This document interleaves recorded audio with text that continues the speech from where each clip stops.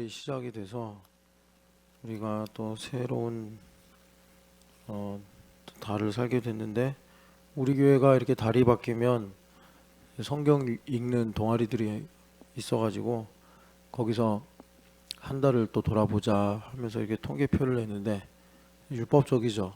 율법적이지만 또 우리가 그런 일종의 장치가 없으면 내가 또 한 달간 어떻게 살았나, 깜짝깜짝 놀라는 거는 그런 생각이 없으면 잘 사는 줄 알아요, 되게.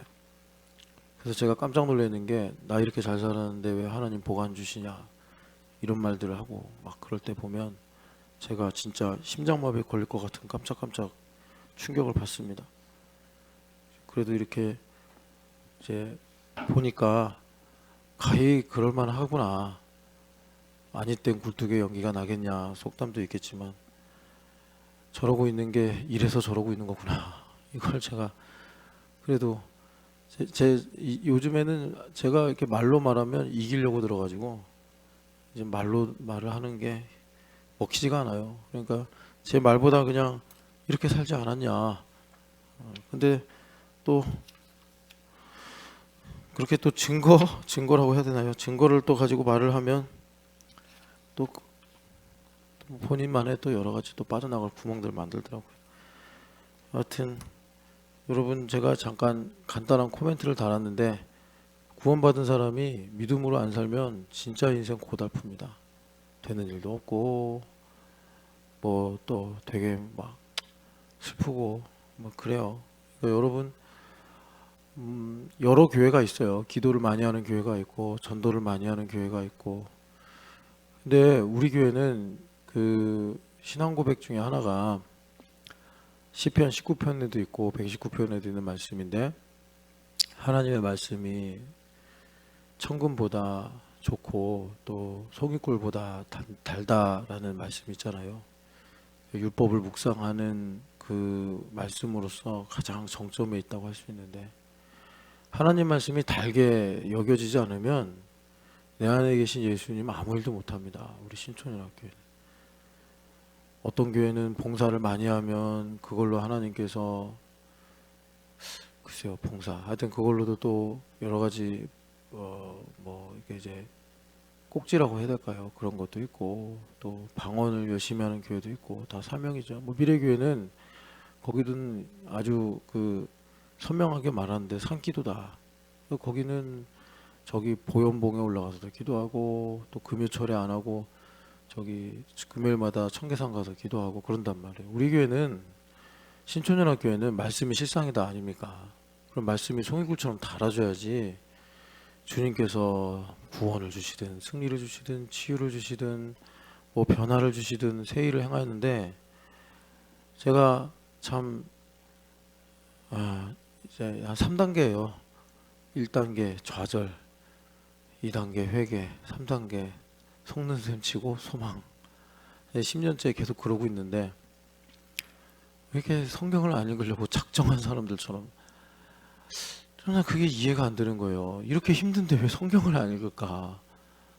왜 이렇게 성경을 무시할까? 독서가 아니라 이거는 우리가 성찬식 매달 한 번씩 하는데 예수님의 살과 피를 먹는 일인데 왜 예수님을 무시할까? 왜 여전히 자기 힘으로 살려고 하면서 저렇게 고생할까? 이게 넌센스인 거예요. 이 정도 힘들었으면 성경을 좀, 누가 막 읽지 말라고 방해를 하고 핍박을 해도 이 성경을 내가 읽어야지 좀 뭐가 되든지 복을 받든지 하겠는데, 이렇게 성경을 작정하고 안 읽으니.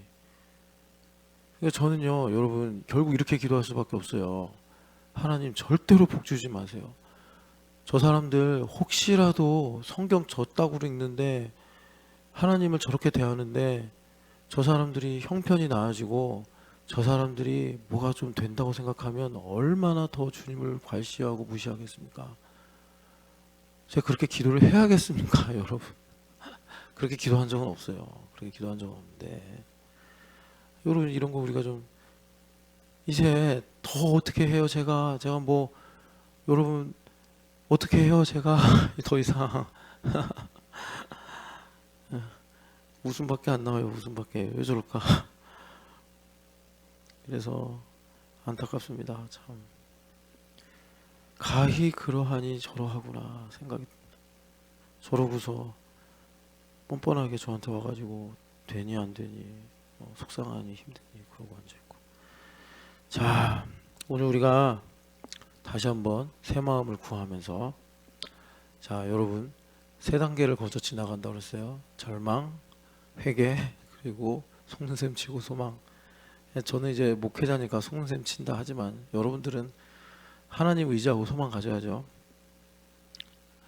이거죠. 제가 이제 목회자니까 10년 동안 안 읽었는데 또 읽겠냐, 네, 이런 마음을 가지면서 그래도 우리 하나님은 살아계시니까, 야 진짜 죽을 때 돼서 읽으려고 저러나 생각도 들고. 이게 읽는 게 아니라고요. 우리가 읽는다고 말하지만 주님 말씀하신 대로 먹는 거란 말이에요. 먹는 거, 먹고 마시는 거예요. 먹고 마시는 거. 예, 그러니까 와, 근데 이게 무슨 송아지 힘줄인지 곰의 힘줄인지 도대체가 야곱의 힘줄처럼 끊어져 봐야지 성경을 읽으려고 하나. 자, 복음, 우리가 복음의 능력밖에 없죠. 우리가 안 되는 거 되게 하는 건 복음의 능력밖에 없는데, 이 복음이 뭐냐? 우리가 예수님 사랑한다고 합니다. 자, 정말 여러분 한 설교를 들으시면서 생각을 해봅시다. 예수님 정말 사랑하십니까? 정말 예수님을 사랑하십니까? 여러분 정말 예수님 사랑하십니까? 뭘 갖고 사랑합니까? 눈물 갖고 사랑합니까? 제가 이제 49인데 눈물만큼 간사한 게 없는데요. 여러분 혹시 누가 앞에서 눈물 흘리면 그냥 그런 말 있잖아요. 악어의 눈물이라고. 근데 악어는 뭐 그게 하여튼간에 슬퍼서 우는 건가? 그러니까 입을 크게 벌리면 눈물이 난대요. 그러니까 이제 어떤 좀 추상적인 생각을 많이 하는 사람이 먹이를 먹기 전에 그 먹이가 나의 뱃속에 들어와 죽는 것을 슬퍼하며 먹는구나, 뭐 이런 얘기를 한대잖아요. 여러분 눈물로 사랑을 호소하십니까? 눈물만큼 허망한 게 없던데요. 눈물만큼.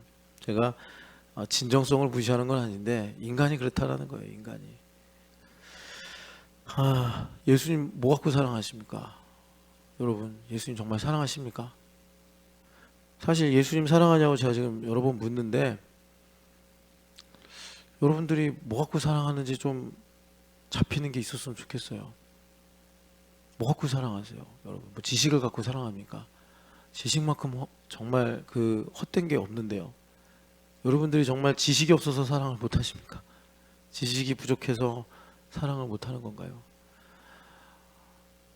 나 정말 예수님 사랑하는 걸까? 제 생각에 아마 한 1분 정도만 생각해도 마음이 상당히 황량할걸요. 나 안 사랑하는구나. 우리 교회 다니고 예배하고 봉사하는데 예수님 사랑하는 게 뭔지도 모르고, 어떤 면에서는 습관 때문에. 그러니까 이런 거예요. 없으면 불편하니까. 없으면 불편하니까 교회 다니고 봉사하는 거예요.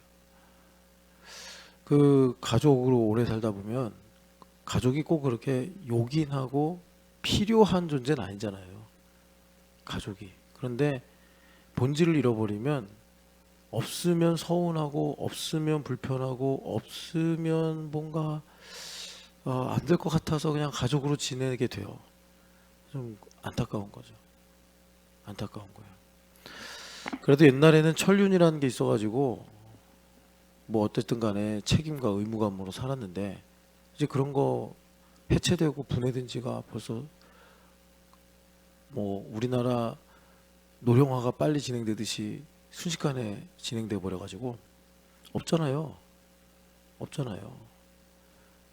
없으면 서운하다는 게 뭐냐면 그냥 알량한 자존심과 그리고 그 손해보기 싫은 마음, 그냥 그런 것 때문에. 그래서 우리에게 하나님께서 요구하시는 것은 이런 시대 속에서 왜 하나님께서 이런 일종의 멍해져, 왜 이런 인연과 관련 관계를 주셔가지고 매어 살게 하시는가? 본질을 알아야 됩니다. 본질을. 자, 예수님 사랑하십니까? 다시 한번 예수님. 우리가 예수님을 사랑한다 하는 건요, 뭐 예수님의 성상을 붙잡고 캐톨릭 성도들이 그 캐톨릭 성당에 가면 교회 문 앞에 항상 그 성모 마리아가 있잖아요. 뭐 거기 앞에서 묵념하고 기도하고 그러는 게 예수님 사랑하는 게 아니고, 예수님 사랑하는 건요, 나의 인생에 대해서 감사하는 겁니다. 나의 인생에 대해서 감사하는 겁니다. 왜 그러냐면 예수님 날 위해 죽으셨기 때문에 그래요. 그래서 우리가 물론 이제 다 필요한 거예요. 찬양하면서 감동도 받고 기도하면서 또 어떤 영적 체험도 하고 다 좋은데, 본질은 뭐냐면 예수님 나를 속량하셨다고 그러잖아요. 그러니까 나의 인생에 대해서 감사한 거예요. 내가, 여러분 이제 제가 뭐 저가 설교하니까 제 나이 계속 반복하는 건데, 뭐 대충 우리 교회 이제 한 40 진입하거나 이제 40 지나거나 이런 분들이 많은데, 여러분 있잖아요. 살다가 우리 나이가 돼서, 옛날에 이런 말이 있었잖아요. 40이 넘으면 자기 얼굴에 대해 책임져야 된다. 그러니까 이제 부모님이 물려주신 얼굴이 있는데, 이제 40년 살면서 내가 어떤 선택을 하고 어떤 생각을 갖고 사느냐가 이제 후천적인 나의 얼굴을 결정한다. 그거 사실 상당히 진리인 것 같아요. 그래서 돼지도 웃는 게 예쁘다고 웃으면서 살아야 돼요. 웃으면서. 그 입꼬리가 처지는 직종이 있대요. 어떤 교수님이 얘기하더라고요. 고위 공무원들 입꼬리 처진대요. 그리고 교수들 입꼬리 처지고, 권위 있는 척 하려고 한다, 뭐 이런 말인 것 같은데, 한 40년 정도 살다 보면 적지 않게 행불행이 섞이죠. 행불행이 섞여요. 그 모든 것에 대해서 예수님을 아는 지식을 가지고 우리가 감사해야 됩니다. 감사하지 못하죠. 그러면 우리 아이들이 방학 숙제를 해요. 그런데 우리 교회들 보면은 이제 개학하기 하루 이틀 전에 몰아서 하더라고. 일기도 쓰고 숙제도 하고. 인생 그렇게 산다고요. 내 인생에 대해서 내가 미루고 덮어놓고 대충 살고, 우리가 대충 산다는 것은 성실하지 않다는 게 아니라 나의 성찰을 게을리하는 겁니다. 그렇게 되면요, 사필귀정처럼 원망하고 삽니다. 너 때문에 불행해. 너 때문에 못 살겠어. 너 때문에 내가 힘든 거야. 여러분, 우리가 복음을 믿고 사는 사람들이잖아요. 40년 살았으면 하나님께서 그만큼 은혜 주시고 복 주신 거예요. 목사님, 전 40년이 지옥 같았습니다. 그러면 진짜 지옥 갈 것인가 심각하게 한번 생각해 봐요. 나 여기서 100년도 안 살고 영원한 세계 속으로 가면은 여기서 산 시간 눈 깜짝할 사이에 순간밖에 안 되는데, 그러면 이 순간이라고 하는 시간과 영원이라고 하는 무한한 세계를 저울질하면서 어떤 말을 하는 것이 지혜로운가 한번 생각을 해보시라고. 그러니까 우리를 괜히 성경에서 티끌이라고 하는 게 아니에요. 천국의 관점에서 보면 이 세상에서 100년 살았든 뭐 몇 년을 살았든 하루를 살았든 티끌이에요. 영원한 관점에서 보면 그냥 살았음. 구원받은 사람은 살다가 예수님 믿었음. 상급 있는 사람은 충성했음. 이 정도 붙는 거예요. 그 티끌에 하나님 새겨 넣으시는 거예요. 그러니까 내가 얼마나 위대하고, 오늘 이제 여러분 성경 읽기 그 표가 나왔으니까 제가 하는 말인데, 얼마나 오만하며 얼마나 악하며 얼마나 죄됐길래, 제가 지금 시편 1편 인용하는 거 아시죠? 그렇게 내 인생에 하나님의 은혜를 모르고 사냐 이 말이에요. 복 있는 사람은 죄인의 길에 서지 아니하며 악인의 꾀를 좇지 아니하며 오만한 자의 자리에 앉지 아니한다 하였는데, 이 세 가지를 무슨 그랜드 슬램도 아니고 다 해버리고 혼자서 10년이 지나도록 성경을 이렇게 안 읽으니,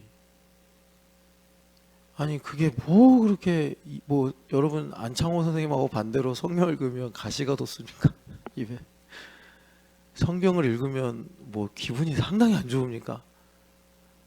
아니 그러면 좀 와서 목사님 저는 왜 이럴까요? 좀 고침을 받든가. 내가 장담할게요. 이거는 확인 안 해서 장담할게요. 아마 그 사람 유튜브 앱 열어가지고 하루에 몇 시간 유튜브 볼까? 제 생각에 한 3, 4시간 볼걸요. 그 통계 다 나와 있으니까.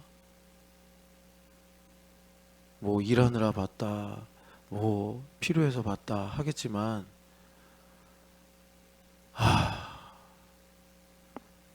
그래서 여러분, 우리가 예수님을 사랑한다는 건 뭐냐? 나의 인생에 대해서 감사한다. 이거예요. 감사한다. 그 복음은 뭐냐면 이 진리가 그리스도 예수 안에서 바이스 버사가 되는 거예요. 이 바이스 버사가 된다는 건 뭐냐? 예수님을 사랑한다는 거는 빌립보서 말씀대로 예수님을 존귀하게 하는 걸 기뻐하는 거예요. 나를 존귀하게 만드는 게 아니라 내 몸에서 그리스도를 존귀하게 여기는 걸 기뻐하는 거예요. 그것이 우리가 예수님을 믿고 사는 사람의 최소한의 양심이에요. 예수님 나를 존귀하게 하시려고 이 땅에 오셨잖아요. 영원하신 분이 다 버리고. 그러니까는 나도 이제 예수님 만난 이후로 남은 여생을 그리스도를 존귀하게 살려고 하는 것이 인생의 바른 목적이요 뜻이란 말이에요. 이게 안 되고 계속 나를 존귀하게 하고 싶어. 계속. 이거는 분명히 하나님께서 이제 믿음을 주셨다 한다면 어디 고장난 거예요. 예수님을 존귀하게 여겨야 돼. 예수님을. 그러니까 이겁니다.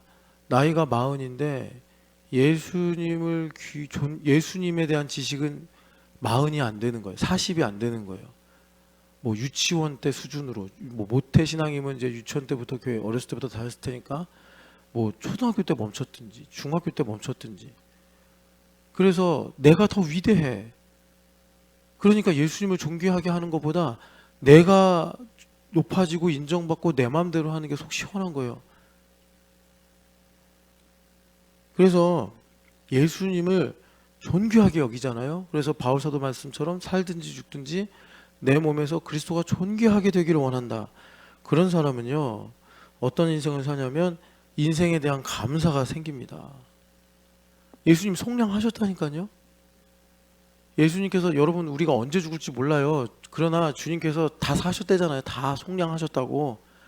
그러니까 내가 예수님을 존귀히 여기면 그게 예수님을 사랑하는 건데, 예수님을 존귀히 여기면, 나 말고 예수님을 존귀히 여기면 인생이 다 감사가 돼. 가난해도 감사가 되고 부유해도 감사가 돼. 다 내 인생이 소중해진단 말이에요. 왜? 내 인생이 책인데 그 책에 글자가 있고 그 책에 사파가 있고 그 책에 챕터들이 있는데 다 예수님 이야기야. 예수님 속량하셨다고요. 그게 그런 의미라고. 다 예수님 거라고. 내가 모르는 미래의 일도, 지나온 과거도, 살아가는 오늘도 다 예수님 거라고요. 다 예수님을 증언하고 있고 다 예수님을 가리키고 있단 말이에요. 그런데 내가 예수님을, 이거 진짜 나중에 이렇게 살다가 예수님 만나면 세상 말로 경칠 일이고 정말 예수님 눈 마주치기가 힘들어요. 여러분 진짜로. 그것도 여러분 감사한 일이에요. 구원은 받았으니까 주님 눈 마주치는 게 죄송한 거지. 주님 얼굴도 못 보면 어떡하려고 그래요. 예수님을 존귀하게 여기면 누가 나한테 뭐 얼굴이 못생겼네, 무식하네, 뭐 진짜 우리 각자 내가 자존심 상하는 코드 있잖아요. 그거를 창으로 후벼 파고 못으로 쑤시고 가시로 막 온통 찔러도 예수님 뭐라 그러셨어요? 저들은 저들이 하는 일을 모르니 용서해 주세요. 이렇게 기도했잖아요, 아버지께. 우리가 예수님을 알고 그분을 존귀히 여기면 내 인생의 모든 일이 감사가 돼요. 그런데 여러분 아시겠지만 복음서에 안 그런 사람들도 있었잖아요. 예수님 나사렛 사람이라고, 촌스럽다고, 무식하다고. 여러분 어느 편에 서시겠습니까? 계속 불행하다고 사실 거예요. 저 인간 때문에 못 살겠네, 그 인간 때문에 못 살겠네, 이 일 때문에 안 되겠네. 아니 안 되면 좀 약장사가 말하는 대로 약을 좀 사서 먹든가. 아니, 성경 좀 읽으라는데 그냥 정말 제가 항상 이 약장사를 그만두고 싶은 생각이 드는 거예요. 이거 내가 약을 잘못 팔고 있던가. 바이스 버사가 되는 거는요, 감사할 수 없는 일이 나타나죠.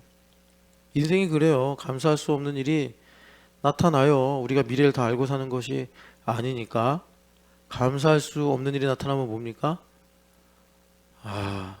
예수님을 더 내 안에서 존귀하게 하려고 하시는 예수님을 아는 지식을 주시려나 보다, 이거예요. 이걸 구하면 돼요. 감사할 수 없는 일이 나타나. 그럴 수 있죠. 우리는 미래를 모르니까. 그런데 그런 일이 생겼을 때 원망하고 불평하는 것이 아니라, 주님, 이것을 넘어설 수 있는 그리스도를 아는 지식을 주십시오. 우리가 그렇게 기도하면서 살아갈 때 사실 하나님께서 기회를 주시는 거죠. 지금도 예수님을 알고 있지만 하나님께서 나에게 약속을 이루시려고 딱 보니까 나에게 더 큰 믿음이 필요하구나. 주님께서 기회를 주신 거예요. 뭐예요? 감사할 수 없는 일을 주시는 거예요. 그러니까 감사할 수 없는 일은 본질적으로 감사가 안 되는 일이기 때문이 아니라, 하나님께서 행하셨으니까 우리는 다 감사를 해야 되는데, 내 지금 믿음이 연약하고 내가 하나님을 사랑하는 것이 충만하지 않고 이러니 감사가 안 되는 거죠. 그러면 그런 일들을 두고서 이 무지한 종을 용서하여 주옵소서 기도하는 거예요. 그래서 정말 여러분, 바라기는, 제가 이제 새벽부터 여러분들 애써서 잠도 안 자고 교회 나왔는데 힘들게 하려고 제가 이런 얘기 하는 게 아니라, 진짜 살아야 되고 그냥 숨만 붙어 있다고 사는 게 아니잖아요. 살 맛이 나야 될 거 아니에요. 그럼 성경 좀 읽어라. 성경 좀 읽어라. 귀에 솜을 틀어막고 사는지. 그래서 여러분, 그래서 복음의 능력이 필요하다. 내 힘으로 안 되고 내 마음으로 안 되니 복음의 능력이 필요하다. 다시 한번 말씀드리는 거고, 그럼 복음의 능력이 뭡니까? 우리 아까 전에 복음의 능력에서 시작을 했는데, 복음은 뭐죠? 복음은 예수 그리스도죠. 복음의 능력은 뭐예요? 갈라디아서 2장의 말씀처럼 내가 사는 것은 내가 사는 것이 아니요 그리스도가 사는 것이라. 내가 사는데 나로 살지 않고 그리스도로 사는 것이 복음의 능력이에요. 그런데 이것이 내가 세상 일처럼 애쓰고 수고하고 깨달았다고 되느냐? 아니에요. 그거는 성령 하나님의 능력으로만 돼요. 성령 하나님의 능력으로만 된다고. 우리가 이 복음의 능력, 이것과 이제 예수님과의 관계가 밀접한데, 왜? 예수님으로 사는 거니까. 그런데 우리는 2000년 전에 이제 2000년이 지나서 그 문제가 별일 아닌 것처럼 느끼고 사는데, 예수님의 인격하면 신성 100%, 인성 100%잖아요. 근데 그것 때문에 저희보다 훨씬 순수하고 성령 충만하고 또 핍박 가운데 고난 가운데 살던 많은 그 초대교회 선배들이 예수님의 인성이냐 신성이냐를 두고서 300년을 갈등하고 서로 싸우고 그랬어요. 그런데 결론은 인성과 신성이 하나다. 무슨 말이냐? 나사렛을 보면은 도저히 신성하게 안 느껴지는데, 그 나사렛이라는 가난하고 초라한 조건에 하늘의 영광과 거룩과 신비와 능력이 다 있는 거예요. 이거를요, 맨정신으로 이성으로 못 믿어요.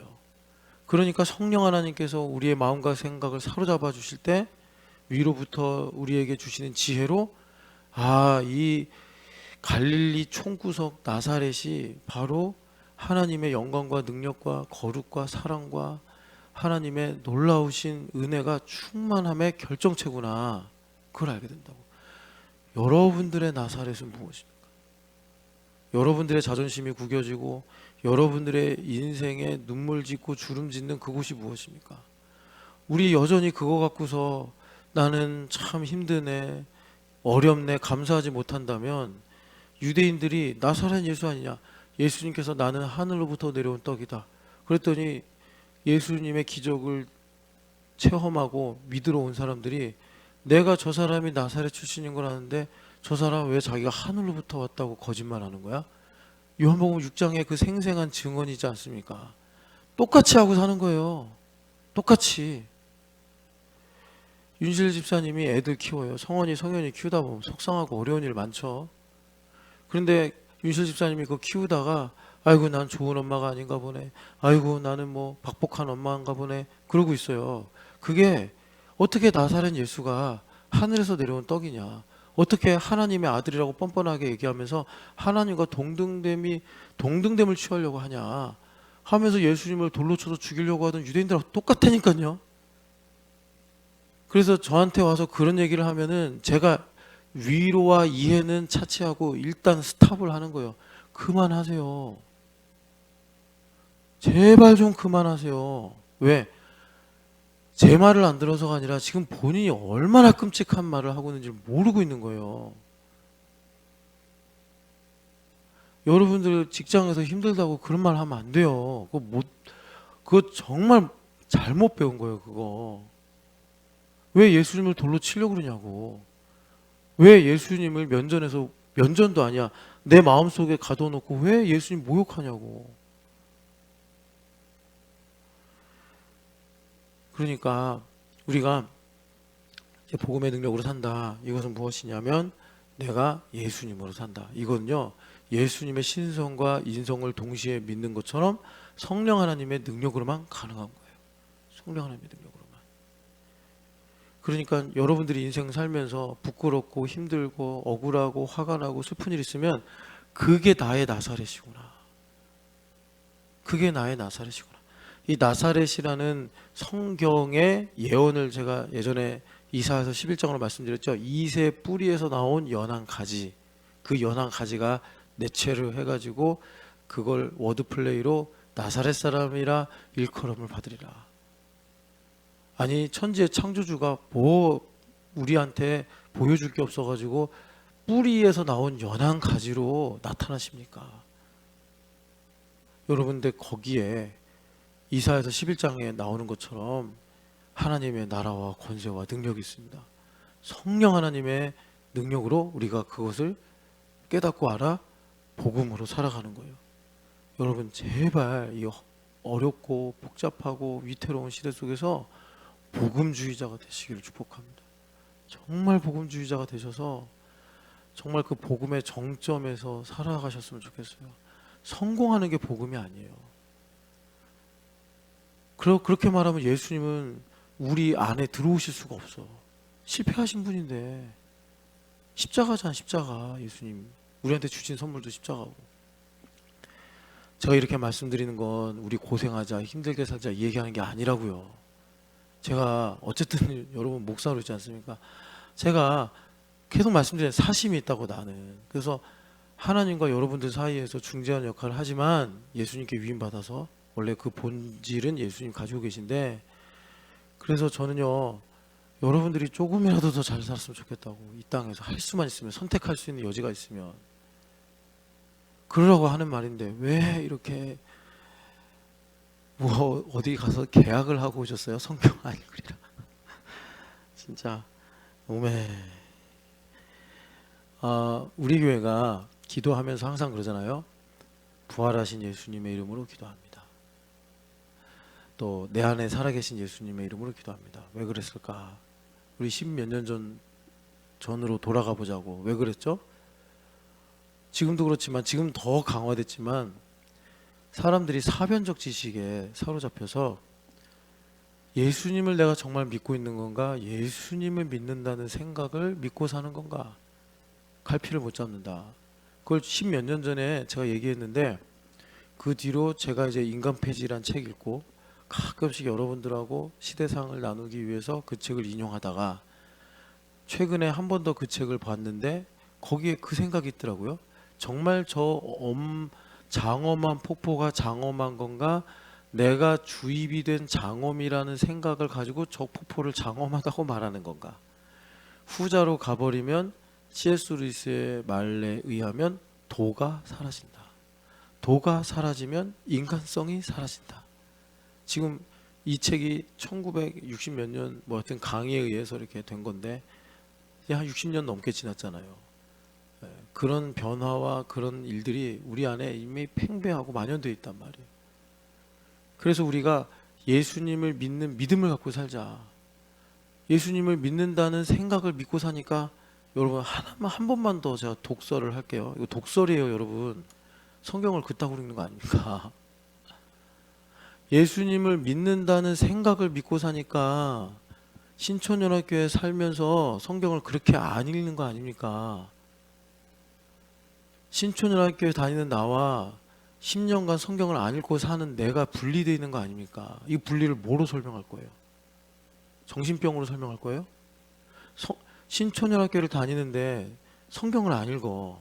신촌연합교회 기본적인 신앙 고백이 하나님 말씀은 송이꿀처럼 답니다인데, 그런데 시편 119편을 보면은 송이꿀처럼 달아지는 이 놀라운 은혜를 언제 맛보냐면 고난 중에 맛본대요. 그건 진리예요. 왜? 고난 중에 우리가 겸손해지니까. 옛날에는 할 일 많고 뭐도 해야 되고, 그런데 고난 당하면 하나님만 보이니까. 그래서 우리 교회가 사업하시는 분들도 좀 있어가지고 초창기 10몇 명밖에 없을 때, 그때 그래서 P31 갖고서 팔아. 하경록이라는 사업가가 있었는데 잘 나가다가 심장에 빵꾸 나가지고 3년간 병원에서 수차례 수술 받으면서 성경을 몇 독을 했는지 모르겠지만 통달하셔가지고 그 다음부터 믿음으로 창고에서 사업을 시작하셨는데 미국에서 뭐 최고의 건축가상, 설계자상도 받고, 그리고 이분이 그렇게 하나님께서 열매를 주시니까 이걸 갖고 복음 전해야겠다 해가지고 P31 쓴 거 아니냐.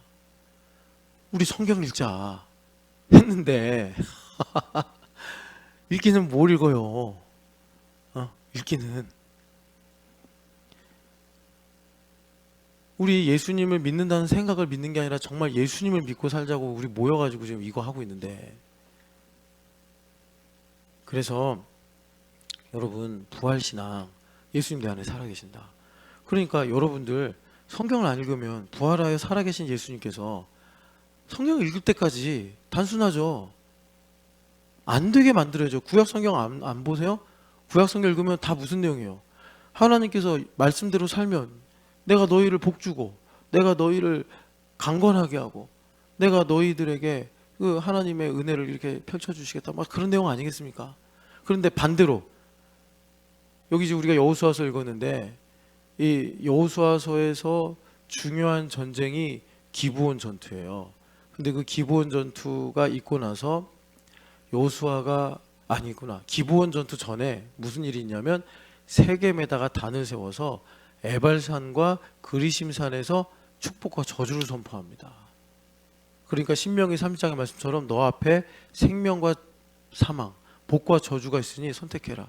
율법을 잘 지키고 잘 듣고 살면은 생명과 복이 임하고, 반대로 네 맘대로 네 힘으로 살면은 저주가 임하리라. 이제 그런 내용이에요. 가나안 땅은 그런 땅이에요. 근데 왜 이렇게 귀를 닫고 나는 절대로 성경을 안 읽으리라. 어떻게 해야 돼요? 어떻게 해야 돼? 제가 감시해야 돼요? 제가 매일마다 이제는 유치원처럼, 어린이집처럼 성경 읽었어요? 허윤실 어린이 성경 읽었어요? 그래야 돼요. 제가 왜 그러냐면 부활신앙은요, 고린도전서 15장 가보세요. 고린도전서 15장 보면 3절 4절 같이 읽겠습니다. 내가 받은 것을 먼저 너희에게 전하였노니 이는 성경대로 그리스도께서 우리 죄를 위하여 죽으시고 장사 지낸 바 되셨다가 성경대로 사흘 만에 다시 살아나사. 아멘. 그러니까 우리가 살아계신 예수님의 이름으로 기도합니다. 맨날 그러죠. 그게 무슨 말이냐면 성경대로 내 인생 사라질지어다, 살아가게 될지어다. 예수님께서 매우 엄중하게 뭐라고 말씀하셨어요? 율법의 1획 1점.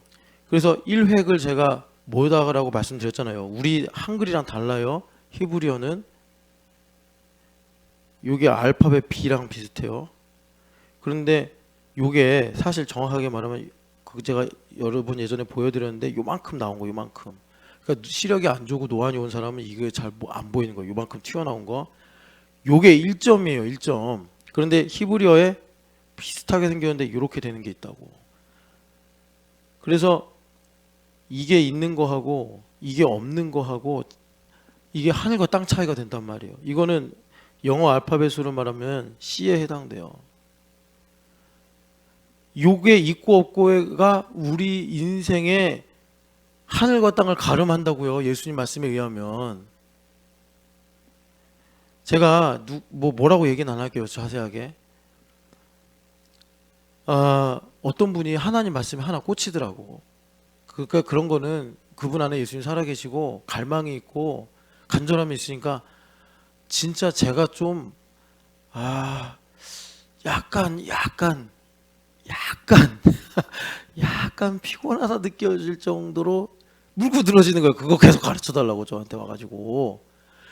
그게 이 차이란 말이에요. 이 차이. 이게 있고 없고의 차이라고. 우리 삶이 실로 그렇다니까요.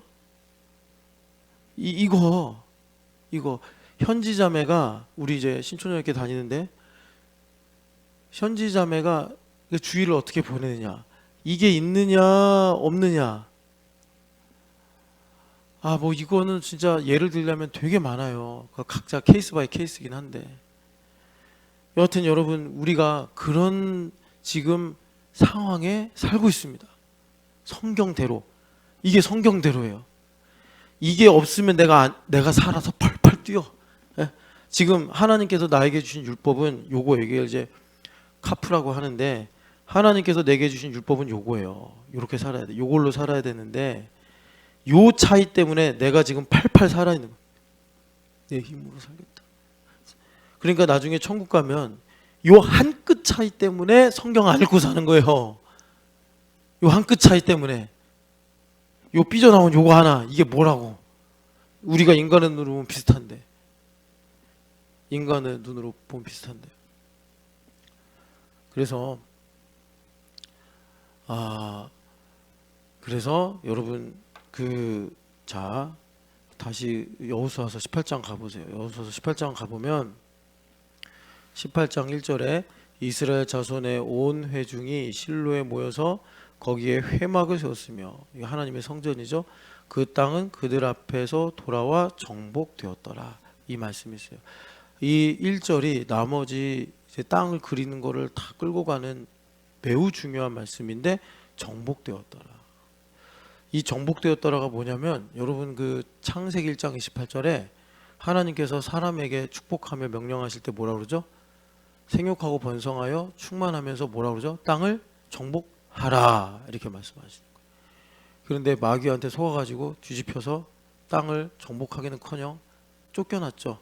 쫓겨나가지고 하나님께서 그 일을 다시 아브라함 때부터 시작을 하시는데, 하나님께서 일종의 교두보를 마련하신 곳이 바로 18장 1절 그 말씀이 응한 거예요. 아주 제한적으로 일시적으로지만 정복된 거예요. 하나님의 나라가 가나안 땅에 임하게 된 것입니다. 하나님께서 여리고성 무너뜨리시고 요단강 건너가시면서 하나님께서 정복을 해버리신 거예요. 창세기 1장 28절을 이루신 거예요. 자, 예수님께서 이 모든 일들을 완성 버전으로 오셔서 나의 땅을, 나의 가나안을, 다시 말해 나의 마음을 지금 이 말씀대로, 얘야 너의 이 땅을, 여호수아하고 예수님의 이름이 동명인 거 아시죠? 예수라는 이름은 헬라식 발음이고 여호수아는 히브리식 발음이에요. 그러니까 여호수아가 예수님을 모형적으로 보여주고 있다 해도 틀리지 않아요. 그러니까 예수님께서 우리에게 뭐라고 말씀하시는 거예요? 지현아, 내가 너에게 주려고 한 땅이 십자가에 달려 죽음으로 성경대로 정복되었느니라. 정복되었느니라. 그거를 지연자매가 비가 오나 눈이 오나 밤이나 낮이나 정복되었음을 믿고 살려면 어떻게 해야 돼요? 여호수아, 예수님을 그만한 값어치로 인정하고 신뢰하면 이 말씀이 그만큼 지연 집사님 삶에 응하여지는 것이요. 마음에 있는 문제니까 내가 교회 다니면 예수님을 얼마나 존귀하게 여기는지 사실 난 모르고 산단 말이에요. 그런데 여러 가지 돌발 상황, 어려운 상황, 예상치 못한 일들이 생길 때 그때마다 마음이 흔들고 요동하는 거는 그 문제들로 말미암은 것이 아니라 지금 정복되었다고 말씀하시는 예수님을 지연 집사님이 더 알아야 된다는 거예요. 예수님의 능력을 알아야 되고, 예수님의 영광을 알아야 되고, 예수님의 사랑을 알면 지연 집사님이 이제 시간이 많이 가서 자세하게 설명 안 하지만 지체하겠느냐 3절에 말씀하죠. 이 상황이 안 생긴다고. 지체하겠느냐 이게 무슨 말이냐면 이게 이제 한글엔 없는 말씀인데 무슨 말이냐면 너 왜 손 놓고 낙심하고 자빠져가지고 소극적으로 무기력해진 상태냐 이런 말이에요. 이게 이제 sink down 같은 뜻이에요. 가라앉아 있는 건데 왜 이게 가라앉았는데 이게 히브리어가요 또 나름대로 또 문법 체계가 있어요. 그래서 가라앉게 됐는데 그러니까 사역형으로 make me sink down 만든 거예요. 나를 가라앉게 만들어서 뭔가가 내가 가라앉으려고 가라앉은 게 아니라 뭔가가 나를 가라앉게 만들었는데 sink down, make me sink down 하게 만들었는데 이걸 이제 우리가 사역 동사라고 하잖아요 영어에서. 그래서 나로 되게 했는데 이것이 수동태로 한번 더 꼬아진 게 그게 지금 여기 지체하겠느냐라는 말에서 담긴 의미예요. 그러니까 무엇인가가 그러니까 어떤 환경이나 타의에 의해서 정확하게 말하면 나의 믿음 없음이죠. 나의 믿음 없음에 의해서 내가 지금 싱크다운 되어 가고 있는데 거기에 원수마귀가 속이고 또 원수마귀가 우리를 기만해 가지고 수동태적으로 우리가 가라앉아서 지금 정복된 걸 믿지 않으니까 어떻게 되는 거예요? 오히려 내가 쫓겨나는 거예요. 그 땅에서 쫓겨나지는 않고 괴롭힘을 당하는 거예요. 사사기 말씀처럼 주님께서 실로에 회막을 세우시고 정복 끝 예수님 십자가에서 승리하시고 부활하셨어. 그런데 내가 예수님을 솔직히 말해서 돈보다 깔보고 세상에서 뭐 강하다 세상에서 높다 하는 것보다 예수님을 깔보니까 우리는 반대로 바울사도처럼 그런 것들을 배설물로 여길 만큼 예수님을 존귀하게 여겨야 되는데 내가 알고 있는 지식 정확하게 말하면 나보다 예수님을 하수로 여기니까 정복되긴 뭐가 정복돼요. 지금 속상한 일이 한두 개가 아닌데 예수님 말을 나보고 어떻게 믿으란 말이에요. 가만히 계세요. 내가 알아서 할 테니까. 이런 식으로 산다니까요. 그래서 여러분 주님께서 오늘 말씀하신 언제까지 지체하려고 그러냐. 언제까지 자빠져가지고 낙심하고 소극적인 상태로 살려고 그러냐. 여러분 우리 주님께서 이미 정복하시고 우리에게 가라고 명령하시는 것을 여러분 충분히 믿을 수 있도록 이 아침에 은혜를 구하시기를 축복합니다. 그래서 시편 5편을 보세요. 그래도 여러분 소망이 있는 거예요. 누가 흥흥 그랬어요? 누가 흥흥 그랬어요? 이 설교 시간에 아멘을 해야지 흥흥 거 하고 있어. 5절 말씀. 자, 5장 3절 5편 3절 말씀 읽겠습니다. 여호와여 아침에 주께서 나의 소리를 들으시니 아침에 내가 주께 기도하고 바라리이다. 아멘. 여러분 그래서 주님께서 오늘 새벽에 우리를 부르신 거 아닙니까? 의인은 돋는 해와 같이 일어서리라 하셨으니 우리를 돋는 해처럼 다시 일으키시려고 우리 주님의 정말 unfailing love 그 헤세드를 영어 성경 보면 그렇게도 말하잖아요. 그렇게 주님께서 오늘 우리를 복 주시려고 아침에 부르신 줄 믿습니다. 그래서 여러분 이 새벽에 주님께서 여러분들 하는 말을 들으십니다. 뭐라고라도 좀 말 좀 하세요. 주님 살려주세요 말을 하든지 주님 사랑합니다 말을 하든지 주님은 들으십니다. 이게 주님께서 들으신다는 게 엄청 큰 복입니다. 여러분 오늘 새벽에 주님께 아뢰시고 여기 기도하고가 여러분들 성경에 좀 작은 글씨로 돼 있으면 잘 번역이 된 거예요. 그러니까 기도하고가 아니라 영어 성경 보면요 뭐라고 번역되어 있냐면 direct my prayer 이래요. 원래 prayer라는 말이 없고 그러니까는 이거를 이제 해석을 해서 번역을 하면 내가 주님께 나의 기도를 질서정연하게 잘 어레인지해서 내가 기도합니다. 이런 뜻이에요. 그러니까 이 새벽에 하나님께서 지혜를 주셔서 오늘 한 달, 한 주 나의 우선순위가 무엇인가 나의 인생에 가장 중요한 게 무엇인가를 주님께서 어레인지하게 하시는 거예요.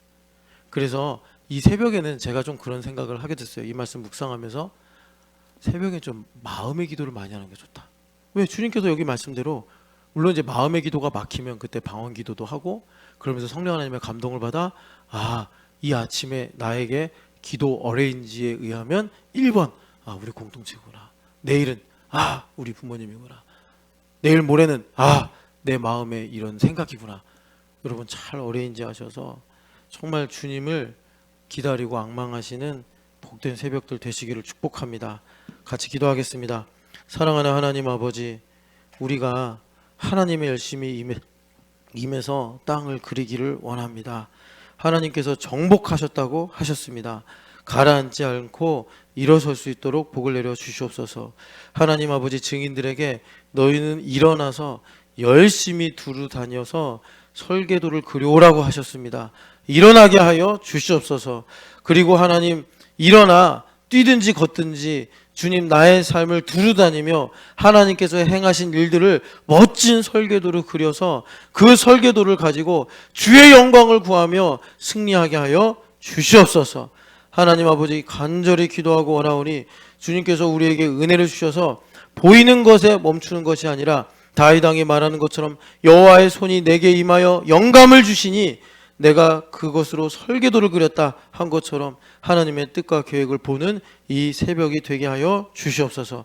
하나님, 다시 한번 하나님, 우리가 일어나게 하여 주시옵소서. 주님과 함께 겸손하게 동행하게 하여 주시옵소서. 그럴 때 하나님, 우리의 마음을 하나님의 전능하신 손으로 만져주셔서 영감을 더하여 주시옵소서. 그래서 우리가 하나님의 멋진 설계도를 그려오면 주님께서 그 설계도대로 우리의 삶에 놀라운 하나님의 일들과 하나님의 아름다우심을 보여줄 줄 믿습니다. 부활하신 예수님의 이름으로 기도합니다. 아멘.